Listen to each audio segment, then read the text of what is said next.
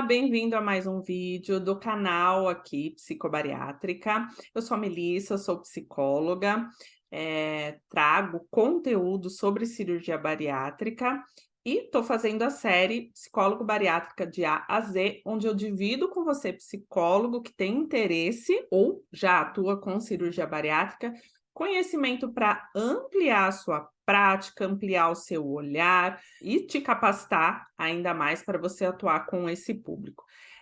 São vídeos aí de conteúdos relacionados ao tema, com embasamento científico, temas atuais, temas que impactam na nossa prática, que não substituem uma capacitação completa, mas que servem para você ampliar o seu olhar, para você entender melhor do processo e saber o quanto ele é amplo, o quanto ele é complexo e o quanto a gente precisa se capacitar cada vez mais para atender melhor o nosso paciente, com direcionamento, com ética, com humanização.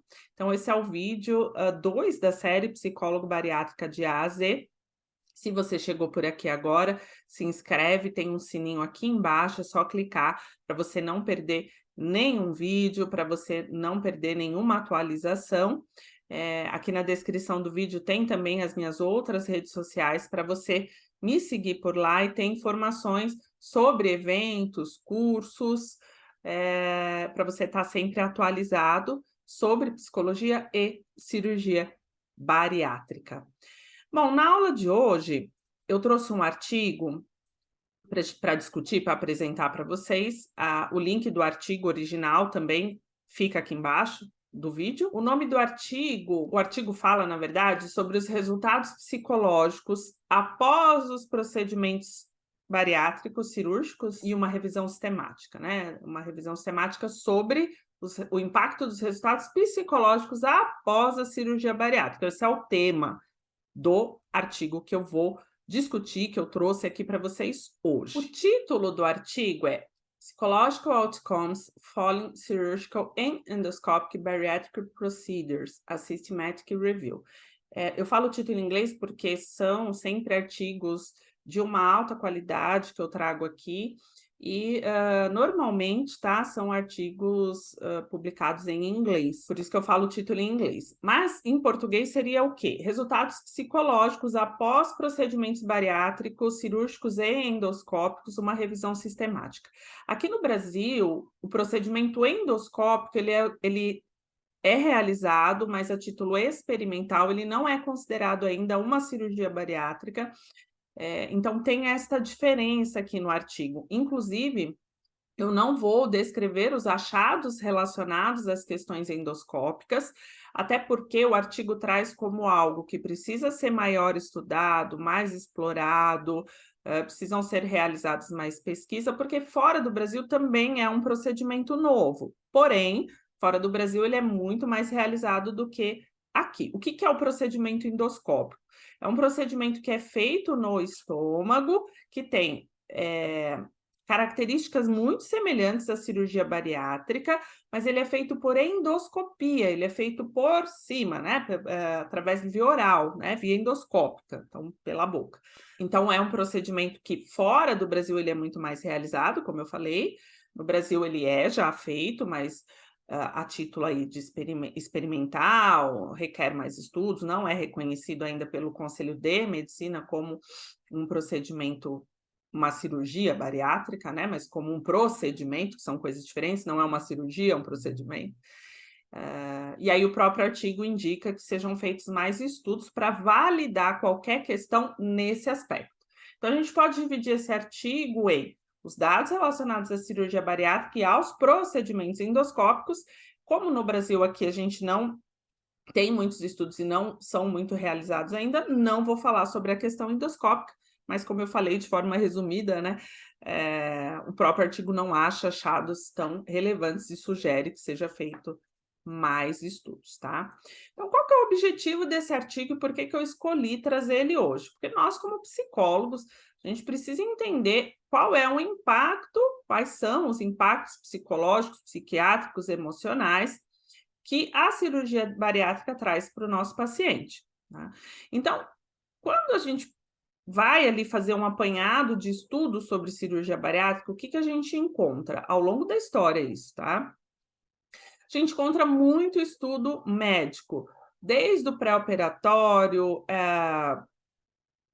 o próprio procedimento, né, os tipos cirúrgicos e também dos resultados cirúrgicos, né? Então, muito relacionado à mecânica da coisa, à questão clínica. Então, isso está bem estabelecido, né? Tem diversos estudos no mundo todo falando sobre essa questão fisiológica, técnica cirúrgica, resultados cirúrgicos, mas nós, como psicólogos, a gente precisa ter um aprofundamento maior na questão psicológica, na questão emocional.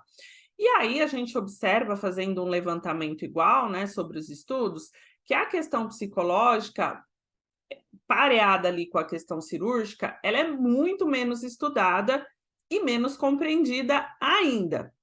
Hoje a gente já vê uma evolução comparada a 10, 20 anos atrás, mas mesmo assim, o número de estudos, o número de desfechos ali, de dados que a gente tem comparado, né, com a questão da medicina é muito menor, né? Então, pensando nisso, os autores do artigo resolveram fazer uma revisão sistemática. Eu costumo pegar artigos de revisão sistemática para trazer aqui nas aulas, porque são artigos que têm uma boa validade científica e que trazem dados importantes de outros estudos, fazem um apanhado geral. Então, é bem interessante de lermos. E aí, para achar, até aí a título de curiosidade, né? Para achar este estudo, eu li outros que tinham uma qualidade ruim, então eu escolhi trazer um que tem uma qualidade boa, né? Porque não é qualquer artigo também que é bom, tá? Então, só um adendo, uma curiosidade aí para vocês, né? Eu li alguns artigos antes, né, de chegar a este, de fato, ruins, né? O que que é um artigo ruim? Não conclui nada, tem muito viés, né? Não, muito questionamento, enfim. São artigos que não trazem um embasamento para aquilo que estão falando. Então, é importante escolher, quando você for se referenciar um artigo científico para um trabalho, para uma apresentação, até para sua conduta, né, clínica, de ser um artigo bem estruturado, um artigo mais, uma qualidade melhor, né? Então, é importante ter essa avaliação também. Esse daqui tem, tá? Eu fiz essa análise para vocês, né? Bom, então, os autores do artigo, aliás, eles objetivam, aí tiveram como objetivo mapear essa questão das dificuldades psicológicas em indivíduos com obesidade, né? Se isso permanece, se isso diminui após a cirurgia, porque consideram que é uma questão clínica importante, tanto no campo da obesidade, quanto na questão do desfecho, ou seja, do resultado cirúrgico a médio, curto, médio e longo prazo. O que seria longo prazo? Seria a recuperação de peso, o reganho de peso, né? Então, a manutenção dessa perca de peso a longo prazo. Na nossa prática clínica, a gente observa isso, nós psicólogos, nós sabemos o quanto é importante as questões, quanto são, né, importantes as questões psicológicas dentro do contexto da cirurgia bariátrica. Mas a gente precisa demonstrar isso através de estudos e de pesquisas com validade científica, até para uma maior abertura de trabalho dentro da comunidade médica, né? Então, novamente, eu trabalho com isso há muito tempo, hoje eu já vejo uma abertura e um olhar muito maior, né? Mas ainda temos campo para crescimento. Tá? Então, é importante que essas pesquisas aconteçam para que nós também ampliamos aí nossa área de atuação. O que que o artigo traz aqui para a gente, né? Que pesquisas anteriores mostraram resultados mistos após a cirurgia, então melhora ou não melhora. Então, o objetivo aqui dos autores foi fazer esse novo compilado aí para poder ter algo mais conciso para ser colocado ali dentro do contexto, tá, de cirurgia. E aí, eles até colocam, né, que essas pesquisas anteriores destacaram a necessidade de examinar sistematicamente esses resultados a longo prazo para poder ter uma conclusão melhor, né? Então, o que foi feito aqui no artigo? Eles fizeram essa revisão sistemática, eles buscaram estudos para fazer essa revisão, essa compilação de dados, em artigos de 16 anos, né? Então, eles buscaram ali da data de publicação deste artigo, da data da coleta de dados, na verdade, né? Que foi ali em 2019, então não é um artigo tão novo, né? De 2019 para trás, 16 anos, né? Foi o período que eles fizeram aí de coleta de dados para trazer aí as informações, esse compilado de informações, né? O objetivo principal desse estudo foi revisar sistematicamente depressão, ansiedade e compulsão alimentar em diferentes momentos, em 6 meses pré-cirúrgico, né? 6 meses pós-cirúrgico, que tem que ter um comparativo, né? Para mim saber se melhorou no pós, eu tenho que saber como estava no antes. Senão, não consigo dizer se melhorou ou não no pós, né? Então, apesar de o objetivo do artigo é monitorar essa melhora de depressão, ansiedade, compulsão alimentar pós-operatória com 6, 12, 24, 36, 48 e 60 meses, tem que ter uma medida pré também, né? Então, através aí dessa busca, dessa revisão sistemática, foi-se feito um compilado de dados aí comparando-se, né, estes diagnósticos a essa questão temporal. De uma forma simples, seria o quê? Será que a depressão, será que a ansiedade, será que a compulsão alimentar, de fato melhoram 6 meses após a cirurgia bariátrica, 12 meses, 24 meses, 36 meses, 48 meses, 60 meses? Como está essa questão diagnóstica depois deste período passado pós-cirúrgico? Como estão esses sintomas? O objetivo desse artigo é identificar se há uma redução significativa dos sintomas desse transtorno ao longo do tempo e se tem uma correlação com a realização da cirurgia, essa diminuição. Os estudos que foram elegíveis, que foram incluídos para essa revisão, continham participantes com mais de 18 anos que foram submetidos a procedimentos bariátricos cirúrgicos para perda de peso. Então, todos os pacientes fizeram cirurgia, ou sleeve, ou bypass, né? Ou diversas técnicas, na verdade, foram incluídas ao longo desses 16 anos, até porque foi se mudando, né? Há 16 anos atrás, de 2019, eram feitas outras técnicas, isso foi evoluindo, então pegou-se todas as técnicas, inclusive os endoscópicos que eu tinha falado, né? Todos os estudos, né, que combinaram procedimentos foram incluídos, enquanto estudos que continham participantes de reoperação foram excluídos. Então, as reabordagens cirúrgicas, por critérios dos autores, tá? Não tem um porquê, eles não colocam um porquê no artigo, mas foram excluídos. Depressão, ansiedade, compulsão alimentar foram as principais variáveis investigadas nessa revisão. Então, houveram estudos que trouxeram outros diagnósticos, outros dados, mas não foi considerado no apanhado geral aqui do artigo. O objetivo foi esses 3 diagnósticos, depressão, ansiedade e compulsão, que são os mais comuns visualizados ali na prática, na avaliação psicológica.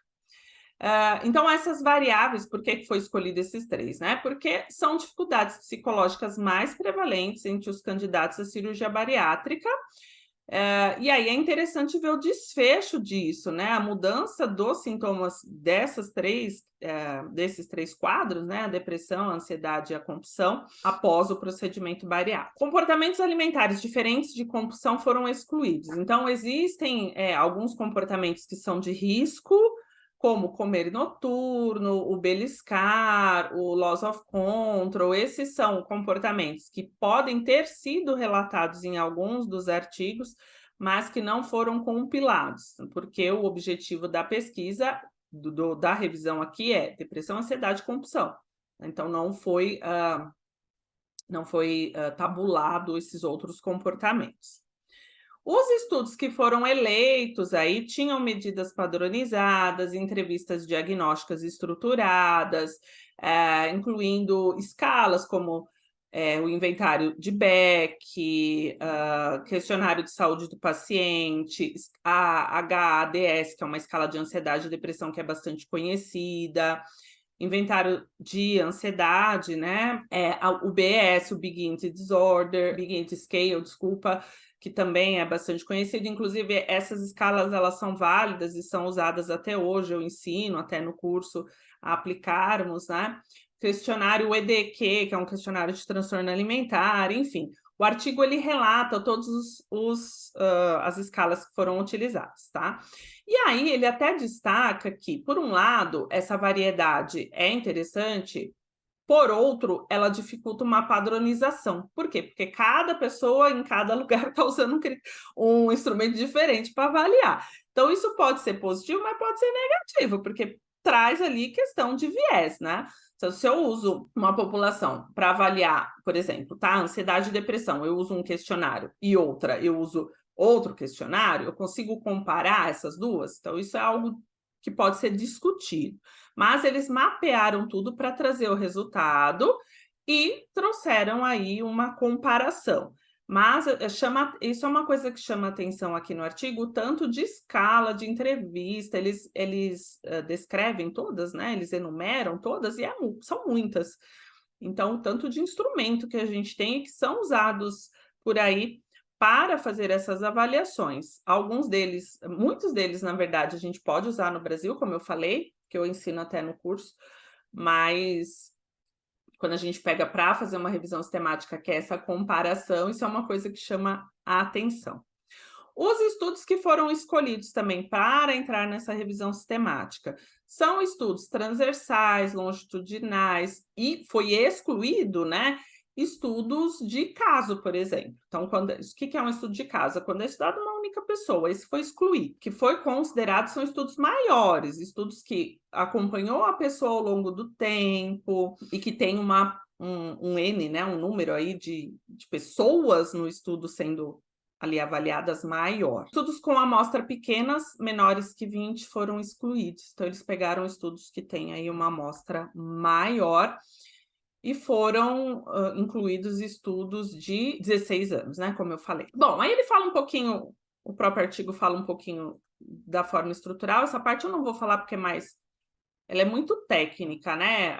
Onde você registra o artigo, em quais plataformas.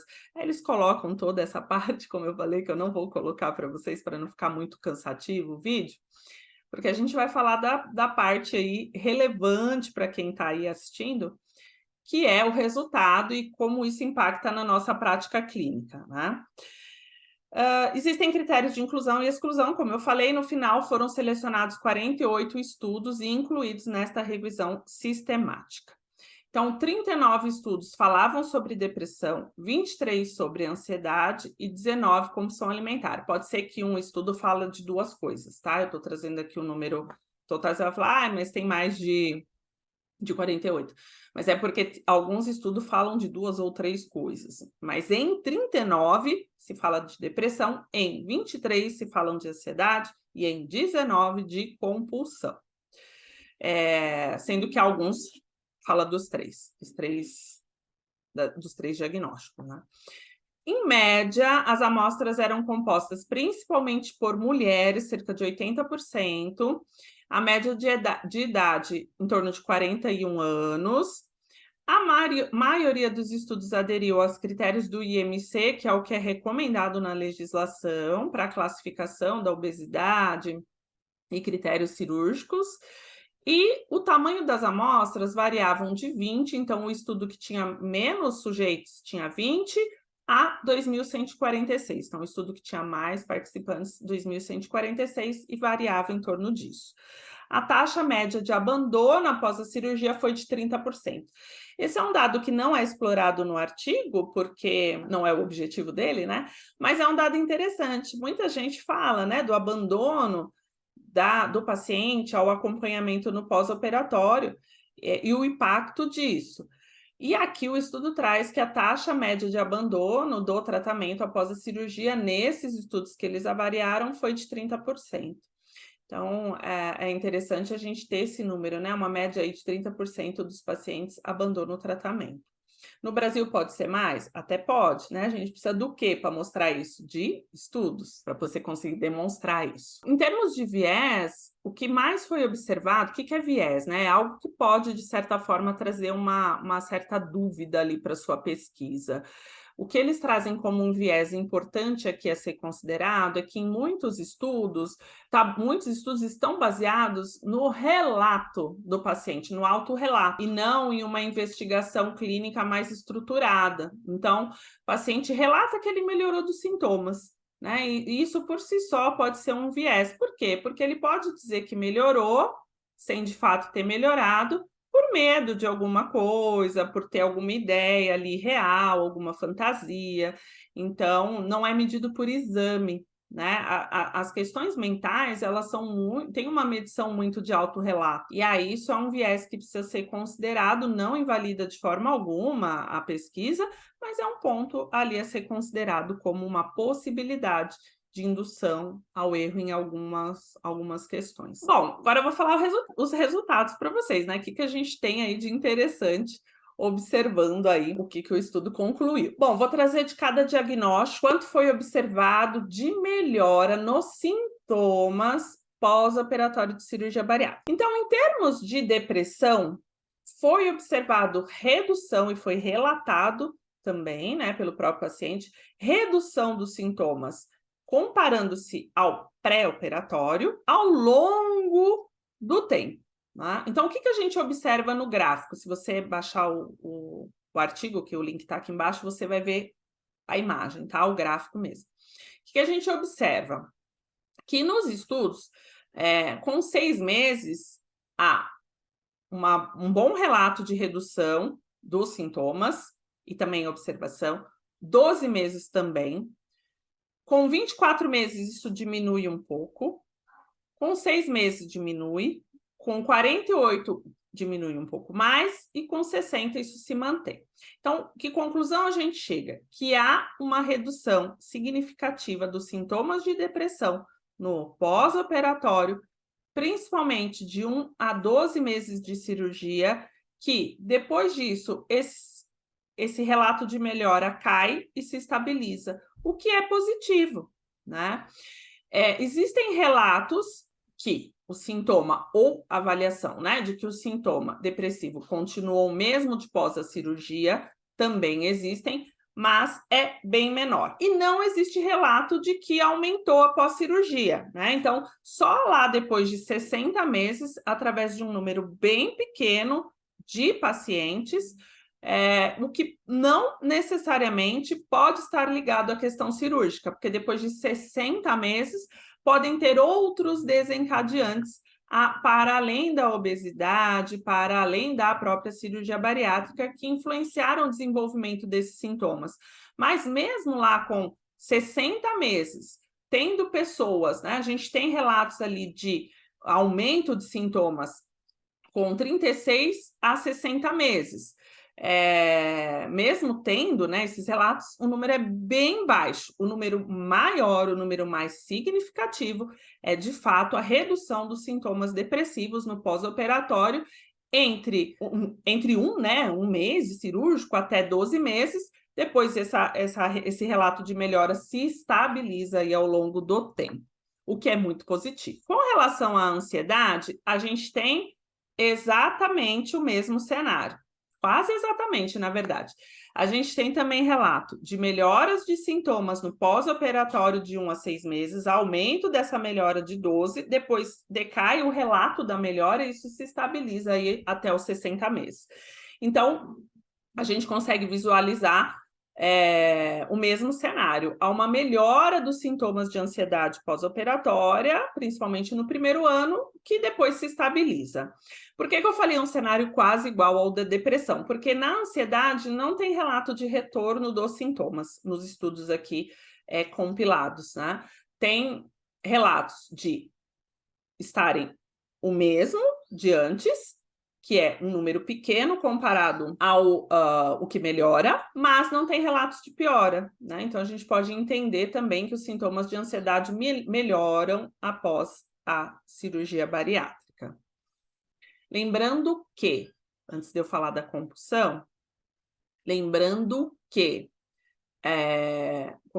cirurgia bariátrica não é tratamento para transtorno mental, né? Então, a cirurgia bariátrica ela é um tratamento para a obesidade. O impacto ele é indireto, tá? Por quê?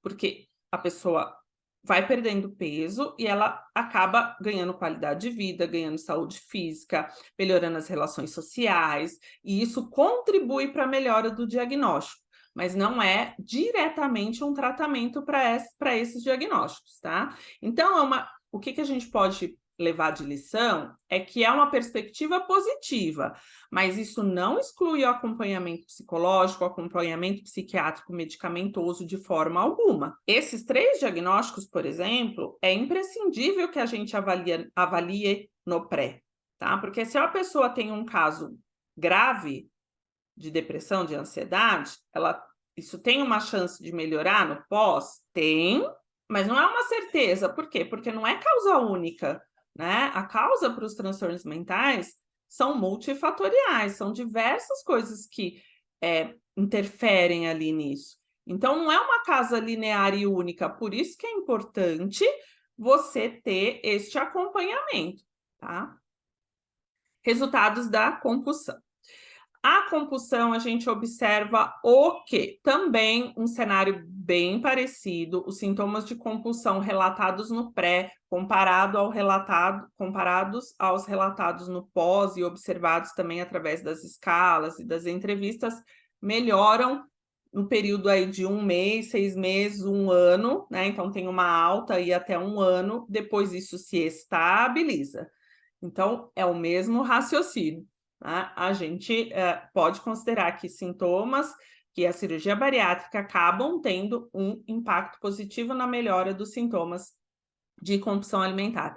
Cirurgia bariátrica é tratamento para compulsão alimentar? Não é, tá? Não é.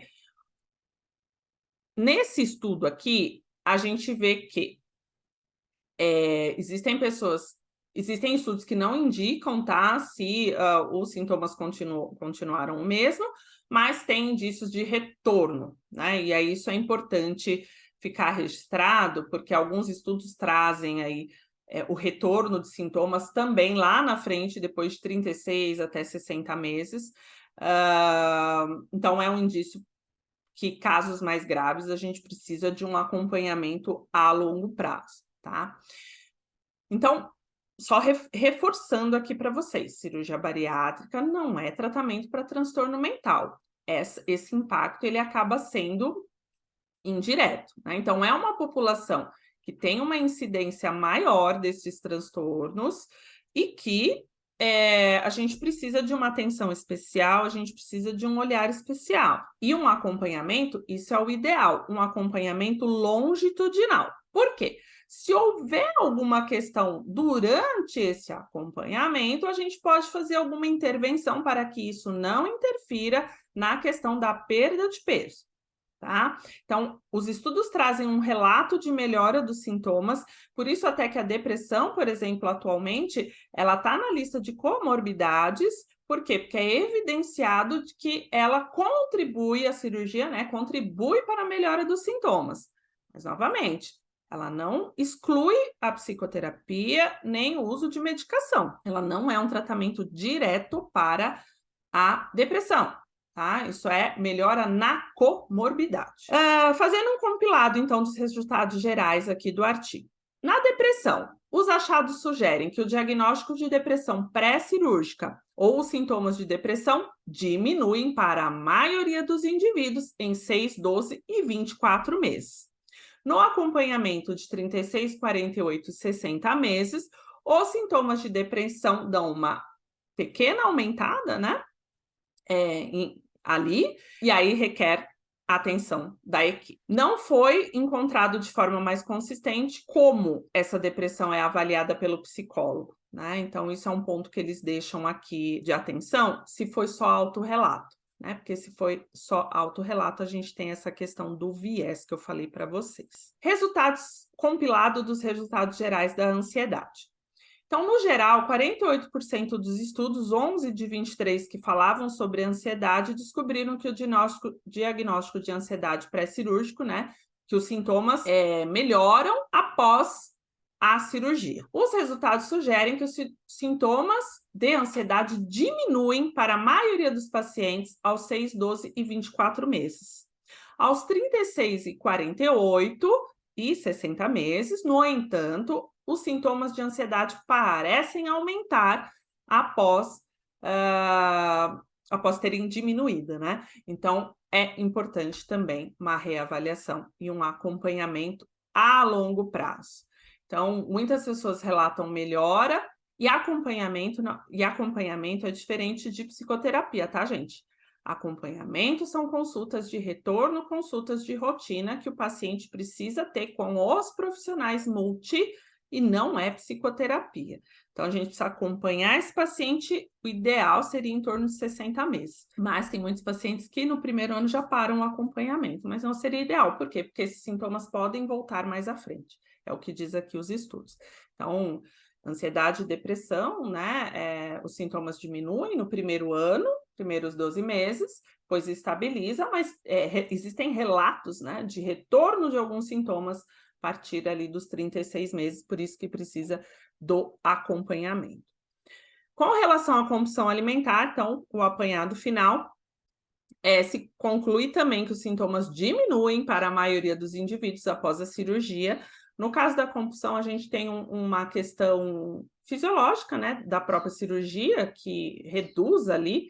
Então, a gente tem que tomar cuidado na hora da avaliação, e aí também não fica muito claro no estudo, se foi feita essa diferenciação com o comportamento beliscatório, né? Porque tem pacientes que não têm um episódio grande de compulsão depois da cirurgia, porque fisicamente não conseguem, o estômago está pequeno, mas que comem o dia todo. Aí não é considerado um diagnóstico de compulsão, mas um comportamento de risco para o reganho de peso. Então, a gente não considera como compulsão, mas é um comportamento que pode influenciar, né? Então, a gente precisa estar atento a isso, a esse comportamento na nossa prática, não necessariamente como uma classificação de compulsão. No acompanhamento de longo prazo, é o mesmo raciocínio, né? Nos primeiros 12 meses a gente vê essa melhora, mas ali com 36 até 60 meses, alguns relatos de retorno de sintomas, né? Então, a gente precisa estar atento a isso. Bom, fazendo um fechamento, um resumo aqui da questão do artigo, né? Essa revisão, ela buscou examinar ali, ao longo do tempo, a melhora dos sintomas desses 3 diagnósticos, depressão, ansiedade e a compulsão, ao longo ali do tempo após a cirurgia, e foi constatado, através dos estudos ali compilados, de que há melhora para os 3 diagnósticos dos sintomas a curto prazo, mas que em alguns diagnósticos isso pode voltar a longo prazo. Então, por isso que precisa de uma atenção do clínico, né? Tanto aí do psicólogo que acompanha, como também dos outros profissionais para uma condução ali correta do caso, tá? E para evitar ali também o reganho. Então, as evidências dessa revisão sugerem que o quê? Que existe o período de lua de mel, né? O período ali do primeiro, segundo ano, onde o paciente está super melhorando, em vários sentidos, né? Pode durar até 36 meses, esse período de lua de mel, e que após esse período, após a mudança já está solidificada, já está consolidada, pode ser um período aí de risco, onde tem que estar atenta a equipe. Por isso que é recomendado o acompanhamento com a equipe multidisciplinar a longo prazo, que a maioria dos pacientes não faz, né? Em segundo lugar, o que traz de resultado aí esse artigo, essa revisão, né? A necessidade de examinar esses resultados psicológicos, né? Para além de 36 meses. Porque uma dificuldade que eles encontraram também foram muitos estudos fazem essa verificação dos sintomas só no primeiro ano ou até 24 meses. Foram poucos estudos que tiveram até 60 meses. Então, eles trazem aí como um achado, uma conclusão de que precisa haver estudos mais longitudinais, com um tempo maior aí para a gente poder chegar a melhores e maiores conclusões. Então, eles dizem que, no geral, precisa, apesar dessa revisão trazer aí essas evidências, trazer esses resultados de que os sintomas são reduzidos, né, de imediato, neste período de lua de mel, a gente ainda precisa investigar mais longitudinalmente, porque não foram tantos estudos e foi evidenciado que ao longo do tempo isso pode voltar nesses estudos que foram avaliados, né?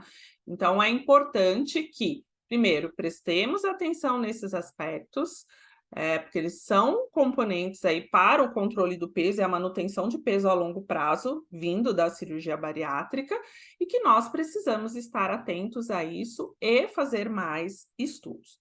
Então, nós, como psicólogos, o que a gente vai fazer? Primeiro, avaliar essas questões no pré-operatório. É imprescindível você avaliar ansiedade, depressão, transtornos alimentares, principalmente a compulsão, entre outras coisas, tá? Que eu tô falando desses três, porque o artigo fala desses três. Nós temos que avaliar para quê? Para um acompanhamento do pós. Então, se a pessoa ela não tem nem nada de compulsão alimentar, o acompanhamento do pós dela vai ser diferente se a pessoa tem um transtorno de compulsão alimentar, e, na verdade, dependendo aí do grau do transtorno de compulsão, isso tem que ser discutido entre a equipe, enfim, existem outras questões a serem avaliadas, né? É a mesma coisa para depressão, ansiedade. Por si só, é impeditivo da cirurgia? Não. Por quê? Porque as evidências demonstram, inclusive, que a cirurgia traz, como eu falei, não é tratamento para esses transtornos, mas traz um impacto positivo nesses cenários. Então, não há argumentos para contraindicar. Claro, cada caso é um caso, por isso que tem que ser discutido com o seu cirurgião, mas de forma geral falando, não há. A necessidade do quê? Acompanhamento, tratamento, estratégias para ajudar essa pessoa. É aí que entra o papel do psicólogo, né? Você está ali para avaliar essas questões, avaliar corretamente com base em critérios diagnósticos e com indicação de tratamento ou de acompanhamento frente ali à avaliação que você fez. E aí acompanhar este paciente, checando depois como que estão esses sintomas, como isso vem se desenvolvendo e quais estratégias vão ser utilizadas ali para melhora do cenário, tá? Então, isso é muito importante, né? Bom, essa é a conclusão aí que o artigo chega e traz para nós aí, para ampliar e para aperfeiçoar o nosso olhar. Esses diagnósticos, ansiedade, depressão, compulsão, são diagnósticos que eu abordo no meu protocolo, que eu contemplo aí e ensino vocês, psicólogo que faz o curso de capacitação, né, que eu tenho, porque eles são essenciais, tá? Então, só reforça aí que estamos no caminho certo, né? Bom, esse foi o vídeo 2 aqui do psicólogo bariátrico A a Z. Eu espero ter ampliado aí o olhar de vocês. Cada semana eu vou estar lançando um vídeo com temas gerais, né? Temas para ampliar o olhar, como eu falei. Para não perder a informação de um novo vídeo, clica aqui no sininho, se inscreva no canal. Aqui embaixo tem minhas outras redes sociais, me acompanhem também por lá para ficar por dentro aí de todas as novidades e divulgações de conteúdo. Então, foi um prazer estar com vocês hoje, a gente se vê aí no próximo vídeo.